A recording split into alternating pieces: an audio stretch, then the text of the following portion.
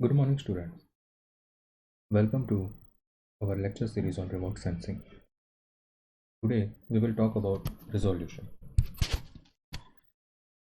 In today's topic, we will cover different type of resolution: spatial resolution, spectral resolution, temporal resolution, and radiometric resolution.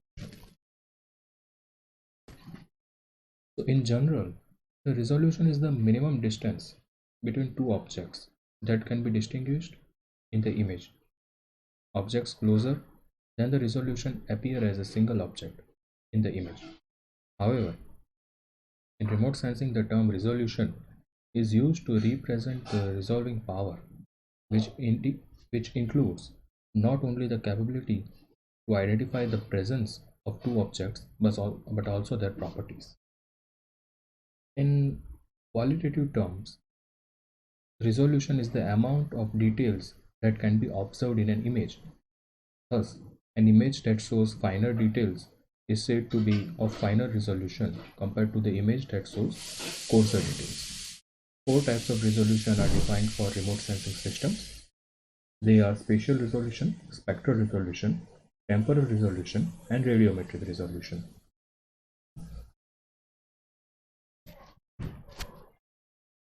In today's lecture, we will cover spatial resolution. So, what is spatial resolution?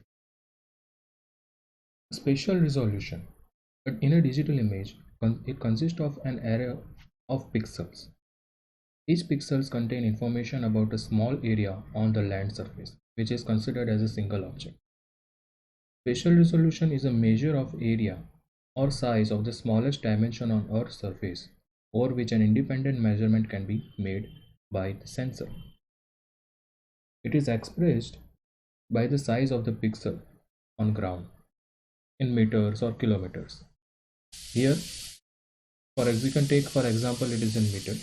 In some images, it is in kilometer. It depends on again on the resolution, on which type of satellite is there. Okay?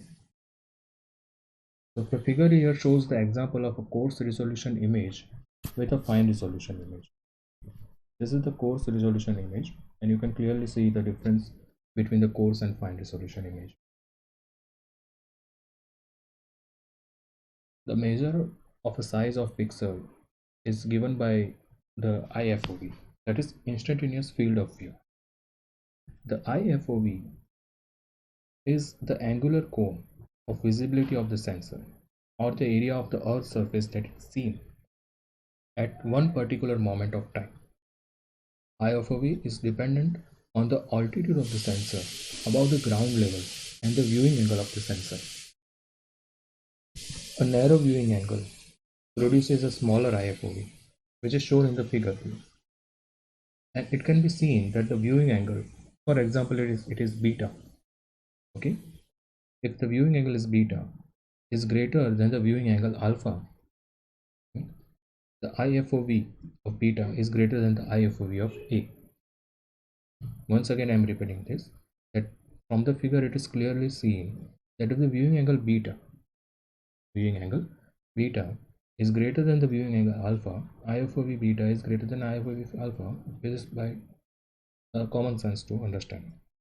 IFOV also increases with the altitude of the sensor, as shown in the figure. That how IFOV increases with the altitude of the sensor.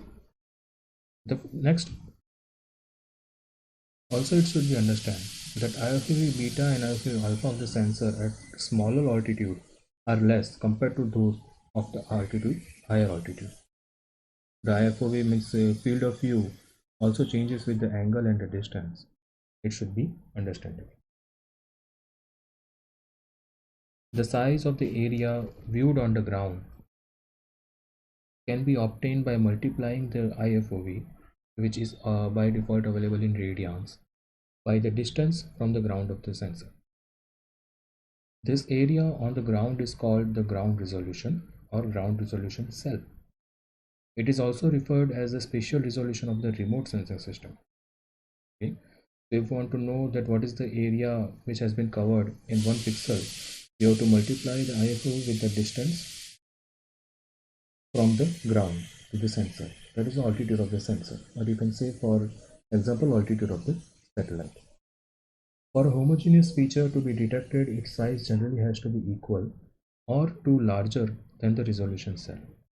If more than one feature is present within the IFOV or ground resolution cell, the signal response recorded includes a mixture of signals from all the features. So it is quite important to understand that for a particular phase, for example, if you are taking a image from about 300 kilometer, or for say you are using a drone, or you see you are taking image from a 10 floor or the top of the 10th floor building, the higher the resolution of your camera is, the higher amount of information has been collected. So if you are going to take an image of a desert, okay, the same area which has been covered in an urban region will have more information, but it also uh, records a mixture of signals. So many times some of the features may not be detectable because of the coarse resolution. Whenever the average brightness of all the features in that resolution cell is recorded, any one particular feature among them may not be detectable, or maybe many of the features may not be detectable. However, smaller features may sometimes be detectable if the reflectance dominates within the particular resolution cell, allowing subpixel or resolution cell detection. Figure here just for an example how the identification of feature, for example a house in this case, where is its spatial resolution. In this example, for the 30-meter resolution image, the signature from the house dominates for the cell, and hence the entire cell is classified as house. On the other hand, in the final resolution image, as we move forward, in the final resolution image, the shape and the spatial extents of the feature is better captured. For example, in 5-meter resolution image, along the boundary of the feature, some of the cells that are partially covered under the feature are classified as house based on the dominance of the signal from the feature. And in a very fine resolution image, the feature shape and spatial extent it is more precisely identified. For example, 1-meter resolution. This is just a schematic example of how a satellite uh, captures the image and how it has been on the base of the resolution, how much information has been averaged out, how much error can be possible. Based on the spatial resolution, satellite systems can be classified as in the following types. The types are as low resolution system, medium resolution system, high resolution system, and very high resolution. Remote sensing system with spatial resolution more than 1 kilometer are generally considered as low resolution system. For example, MODIS and AVHRR are some of the very low resolution sensors used in remote sensing system, satellite system, where the spatial resolution uh, is between 100 kilometer to 100 meter to 1 kilometer. Then such systems are considered as moderate resolution system. For example, Indian remote sensing WIPS sensor having a resolution at 180 meter, 188 meter at band 6, that is thermal infrared band of the Landsat TM, and bands 1 to 7 of MODIS have resolution of 250 to 500 meter, also comes under this class. Remote sensing system with spatial resolution approximately ranges between 5 to 100 meter are classified as high resolutions. For example, Landsat ETM, which has 30-meter resolution, IRS list 3 has 23-meter resolution and 6 meter of panchromatic sensor resolution. A-wave sensor satellite has 56 to 70-meter resolution. Spot 5 sensing system has 2.5 to 5-meter panchromatic resolution system. Are some of the high resolutions. Very high resolution sensor systems are those which provide less than 5-meter spatial resolution. For example, GEOEY, GOI has a resolution of 0.5 meter for panchromatic band and 1.65 meter for MSS band. IQNOS has a panchromatic band resolution of zero point 0.8 to 1 meter. QuickBird has a resolution in between 2.4 to 2.8 meter. These are some of the example of high resolutions. Now below, as I already mentioned, that very high resolution system has provided less than 5 meter resolution. Here are some of the examples of different spatial resolution and how information can be retrieved from each and the scale of application of these images. As you can see here, the first image which you are going to see is the image from MODIS, which is available at the resolution of 1200 means a spatial extent 1200 kilometer to 12,000 kilometer time, and the yellow box indicate the bounding box for ATM scene. ATM person sensors is provided below. This is the image of the Ganga basin from MODIS. You can see that how much uh, field of view has been captured, how much information has been obtained.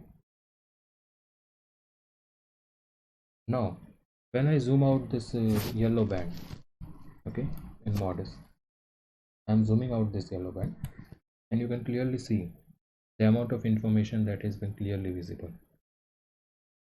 The ATM scene, that is yellow box, indicates bounding box for ICNOS scene, and you can clearly see that how Indus Basin is viewable from a 30-meter Landsat system.